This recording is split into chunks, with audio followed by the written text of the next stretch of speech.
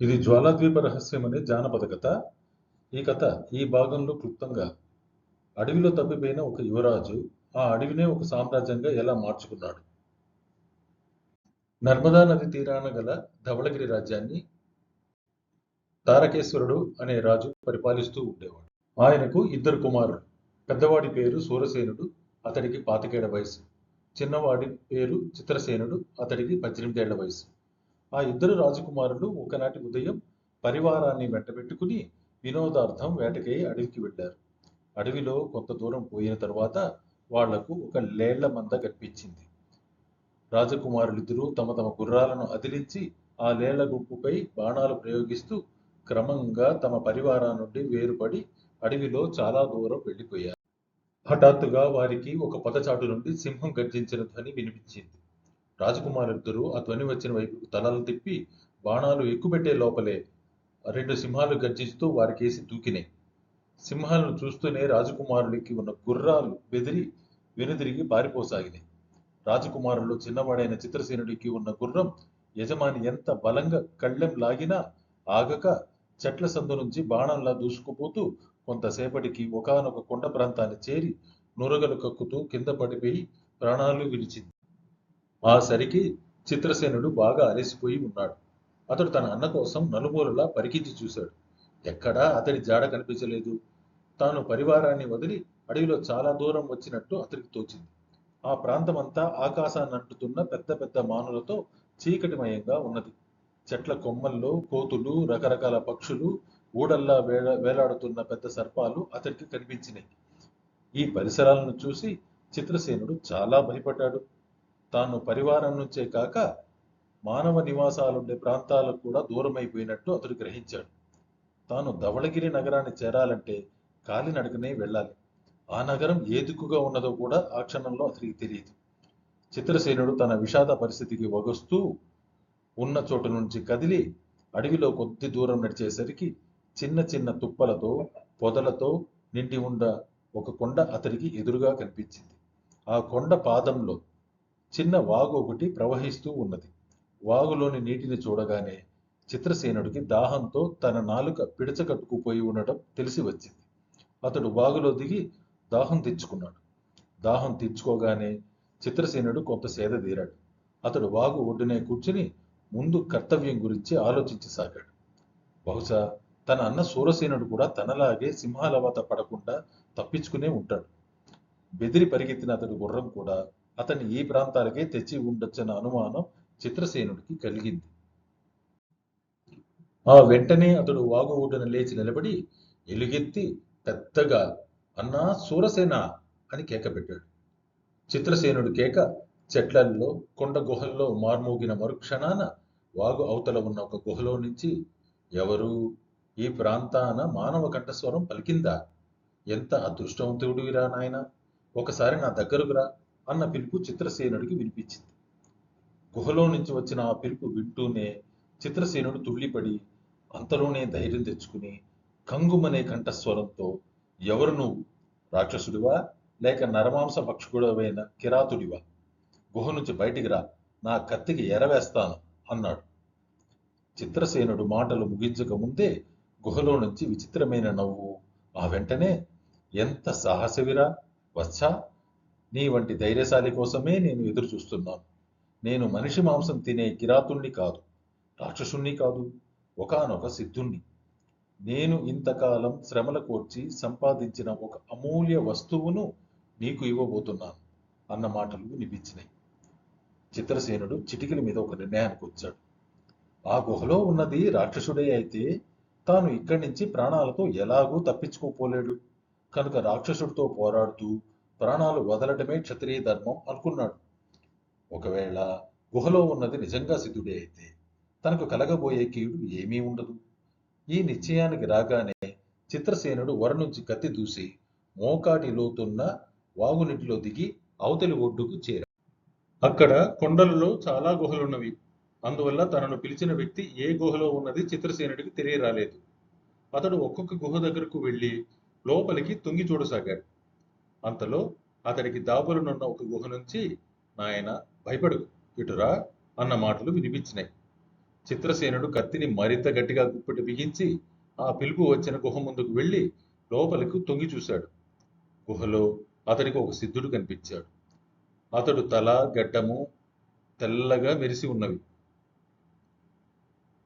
అతడు గుహ మధ్య ఒక ఎత్తైన వేదిక మీద కూర్చుని ఉన్నాడు.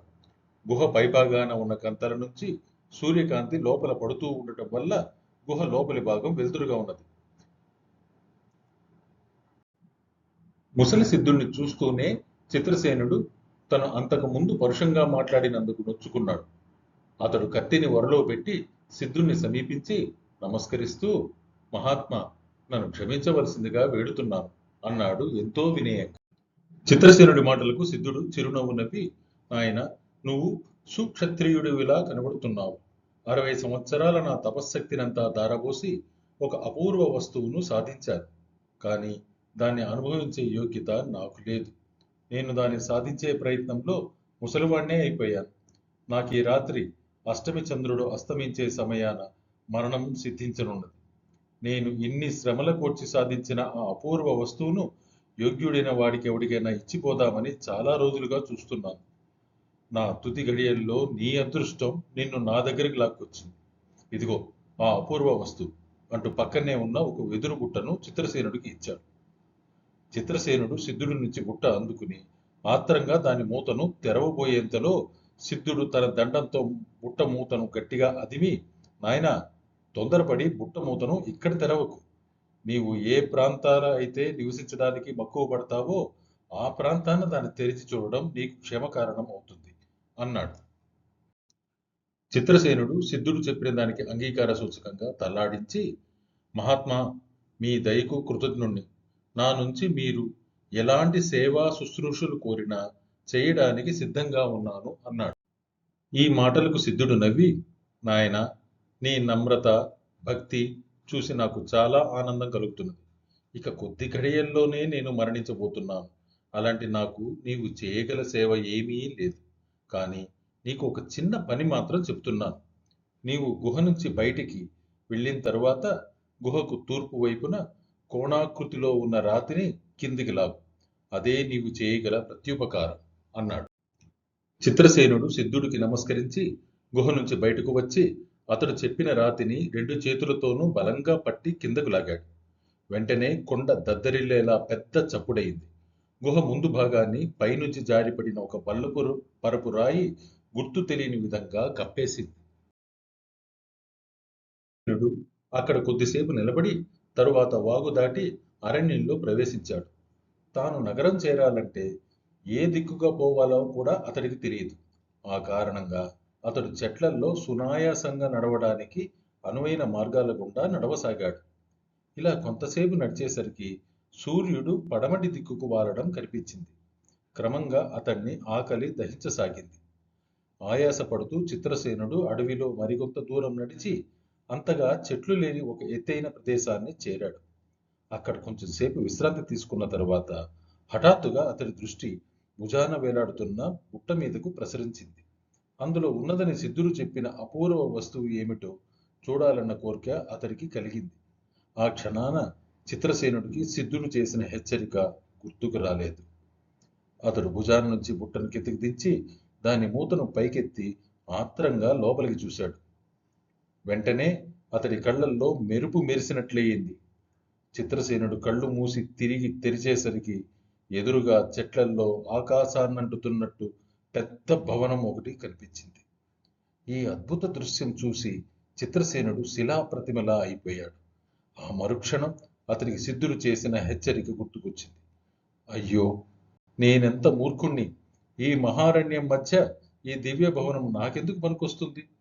ఇదే ధవళగిరి నగరంలో ఉన్నట్లయితే ఎంతగానో రాణించేది. నా బుద్ధిహీనత వల్ల సిద్ధుడు చేసిన ఇంత మేలు అరణ్యం పాలు చేశానే అంటూ దుఃఖపడసాగాడు. ఆ స్థితిలో ఉన్న చిత్రసేనుడికి అరణ్యం మధ్య నుంచి పెడబొబ్బలు వినిపించినాయి. చూస్తూ ఉండగానే చెట్లు పెనుగాలి తగిలినట్లు ఊగసాగినాయి.